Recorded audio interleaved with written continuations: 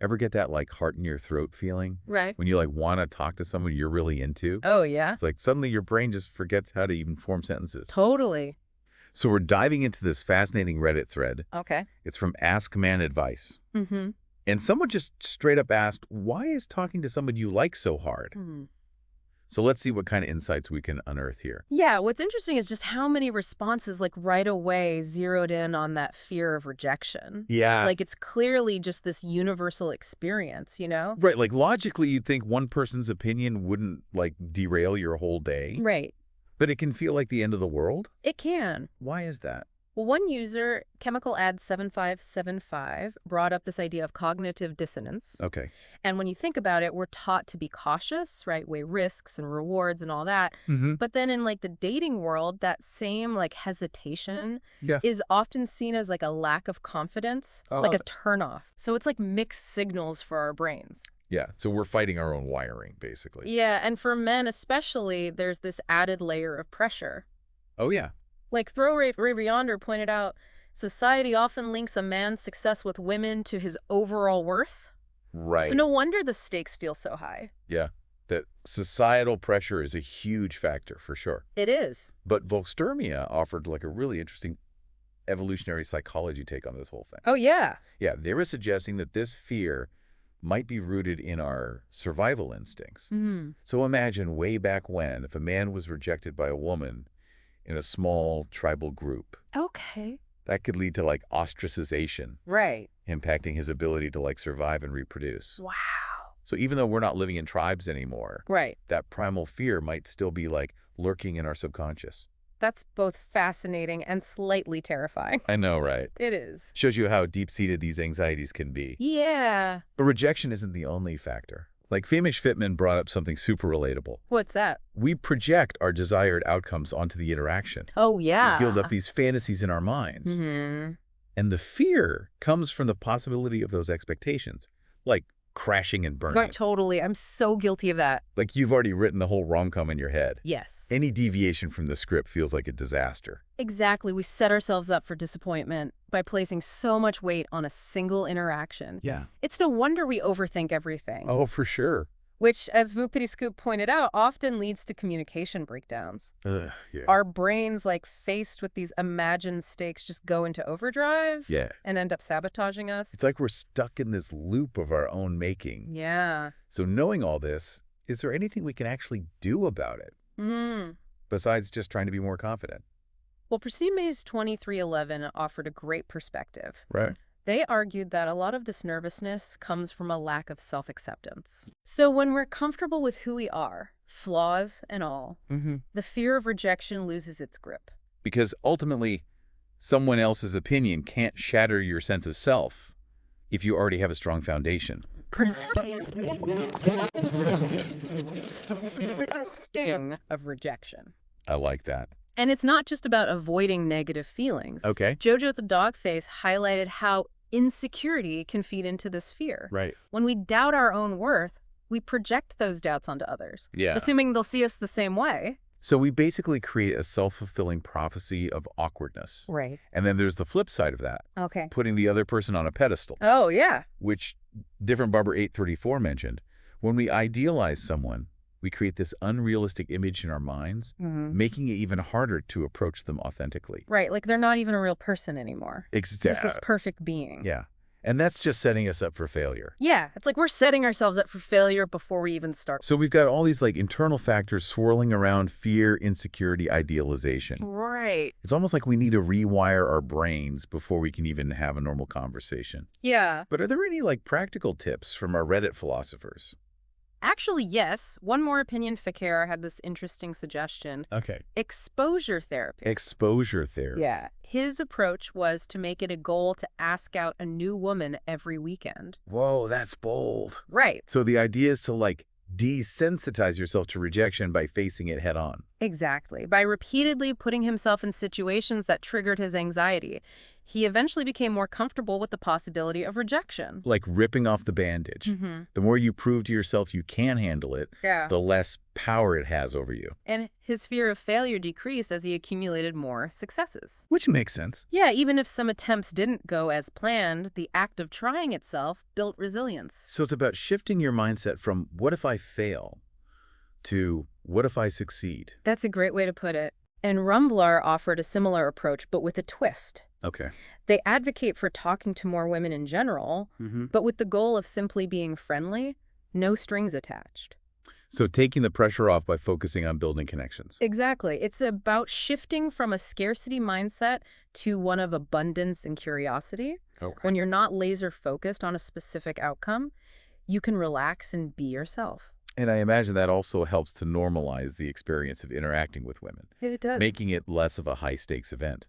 By removing the pressure of romantic pursuit, you can approach these interactions with more ease and authenticity, Yeah. which paradoxically might even make you more attractive. Because there's nothing more appealing than genuine confidence and the ability to, like, connect on a human level. Right?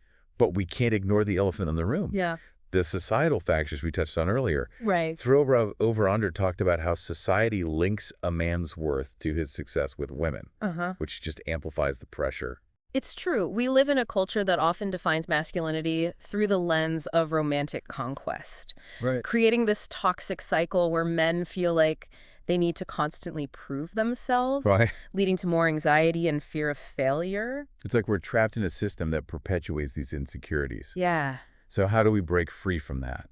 It starts with awareness. Okay. We need to be critical of the messages we're internalizing and challenge them whenever possible. Right. Our worth as individuals shouldn't be tied to who we're dating or how many people find us attractive. It's about recognizing our inherent value regardless of external validation. Exactly. And that includes embracing our flaws and imperfections, which, as Jojo Dogface pointed out, can be a major source of insecurity. When we doubt ourselves, we project those doubts onto others, Right. creating a self-fulfilling prophecy of awkwardness. Exactly. That if we can accept those imperfections, they lose their power to sabotage us. And remember, different Barbara 834's point about putting people on pedestals. When we idealize someone, we create this unattainable image in our minds, Right. making it even harder to connect with them on a human level.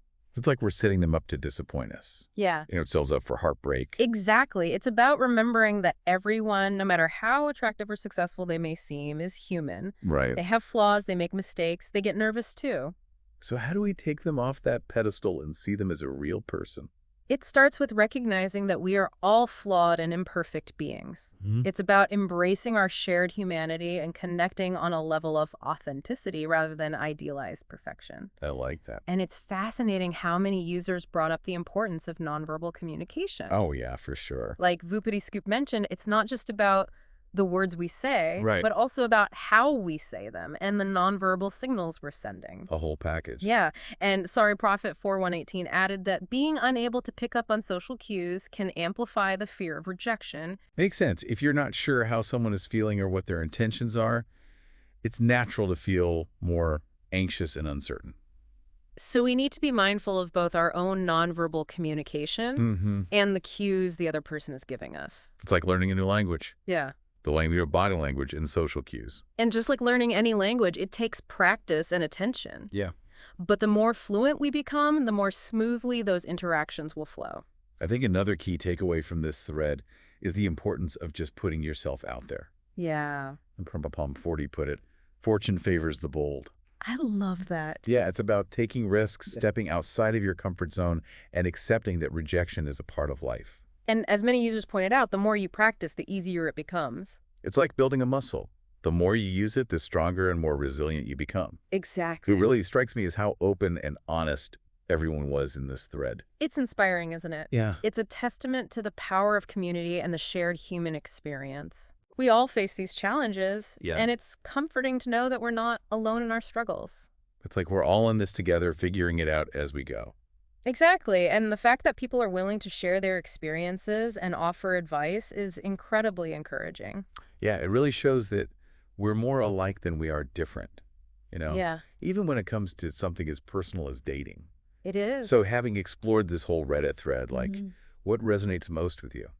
You know what stands out to me is that this fear of rejection, Yeah. while it's like very real, Hmm. it's often amplified by factors we can actually control, Oh, really? like societal expectations, Right. our own insecurities, Right. and this tendency to just like overthink everything. So it's like we're piling anxieties on top of an already primal fear, Yeah, but recognizing those layers gives us a chance to dismantle them. exactly. And it's not about denying the fear. It's about understanding where it comes from Hmm. and developing healthier coping mechanisms. So instead of getting stuck in that like fight or flight response, Right. we can pause and say, okay, what's really going on here? Are we letting societal pressures dictate our worth? Right. Are we projecting our own insecurities onto the other person? Hmm. Once we identify those thought patterns, we can start to challenge them. And maybe even laugh at them a little bit. Totally. Because let's be honest, dating can be awkward and messy. Oh, for sure.